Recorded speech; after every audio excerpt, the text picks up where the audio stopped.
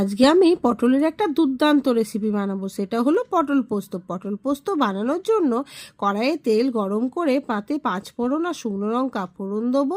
ফোড়ন দিয়ে তারপরে লম্বা লম্বা করে কেটে রাখা পটলগুলো দিয়ে দেবো। পটলগুলো দিয়ে নাড়াচাড়া করে নুন হলুদ দিয়ে এবার ভালো করে লাল লাল করে ভেজে নেবো। এদিকে পটলটা ভাজা হোক, ওদিকে আমি একটা মশলা তৈরি করে নেবো। কালো সর্ষে আর পোস্ত আর কাঁচা লঙ্কা ভালো করে শিলের মধ্যে বেটে নেবো।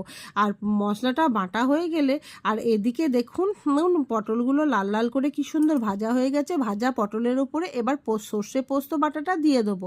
দিয়ে ভালো করে এবার নাড়াচাড়া করে অল্প নুন দিয়ে ঢাকা দিয়ে দেবো। ঢাকা দিয়ে পটলগুলো যখন একটু সেদ্ধ হয়ে যাবে তাহলেই ঢাকনা খুলে দেখবো তেল ছেড়ে দিয়েছে, তাহলেই রেডি পটল পোস্ত। আর ভিডিওটা যদি আমার ভালো লেগে থাকে তাহলে ছোট্ট করে একটা সাবস্ক্রাইব করে দিন। টাটা।